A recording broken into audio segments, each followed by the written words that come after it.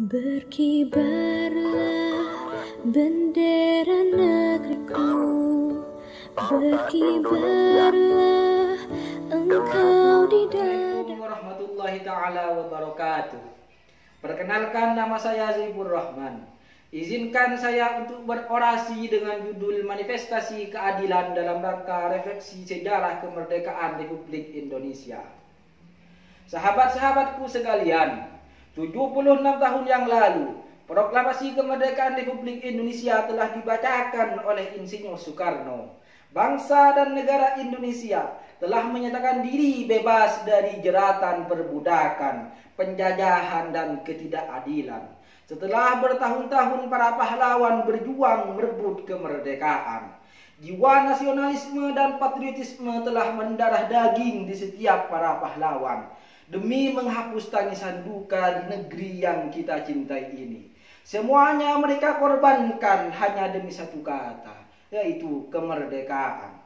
Sejak proklamasi itu dibacakan pada 17 Agustus 1945, bangsa dan negara Indonesia telah memulai awal sejarah baru sebagai bangsa yang merdeka, adil, dan berdaulat.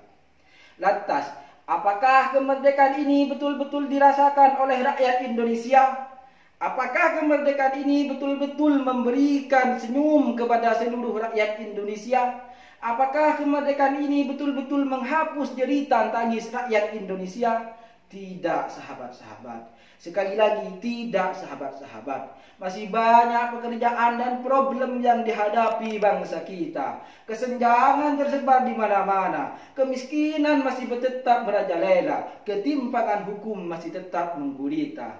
Keadilan masih belum merata. Di tahun 2011, kekayaan 40 orang terkaya di Indonesia sama dengan kekayaan 77 juta penduduk Indonesia. Lebih mirisnya lagi, kekayaan 4 orang terkaya di Indonesia pada tahun 2017 sama dengan kekayaan 100 juta penduduk Indonesia. Apakah ini yang disebut dengan keadilan? Tidak, sahabat-sahabat. Di situ terdapat kesenjangan yang harus ditutupi. Di situ terdapat problem yang harus dijadikan solusi. Tercatat 27 juta penduduk Indonesia termasuk penduduk miskin di tahun 2021 ini.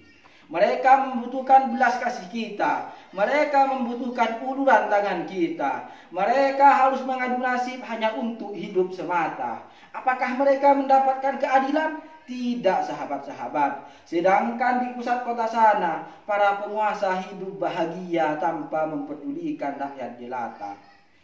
Masih kita dengar proses penegakan hukum yang tumpul ke atas.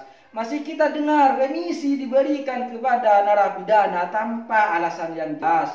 Masih kita dengar beratnya jeratan hukum diberikan kepada rakyat jelata tanpa memperdulikan kondisi sosialnya. Lantas, kepada siapakah keadilan ini berpihak? Di manakah keadilan itu yang 76 tahun Indonesia merdeka, namun keadilan belum dirasakan oleh semuanya.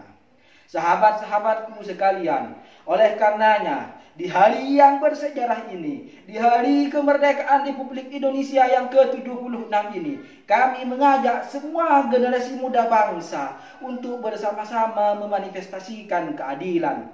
Karena sepanjang sejarah perjalanan bangsa, generasi muda selalu memiliki kesadaran akan Indonesia yang lebih baik. Peran generasi muda sepanjang sejarah perjalanan bangsa dan setiap pergantian generasi muda selalu memiliki idealisme murni untuk perbaikan bangsa. Karena generasi muda tersebut lahir dari kehidupan yang nyata. Generasi muda harus mampu mengawal kebijakan ekonomi bangsa menjadi kebijakan ekonomi yang berkeadilan. Generasi muda pasti bisa mengawal kebijakan hukum negara menjadi kebijakan hukum yang berkeadilan. Sehingga sila yang kelima dari Pancasila betul-betul termanifestasikan dalam kehidupan rakyat Indonesia, yaitu keadilan sosial bagi seluruh rakyat Indonesia. Sekian, wassalamualaikum warahmatullahi ta'ala wabarakatuh.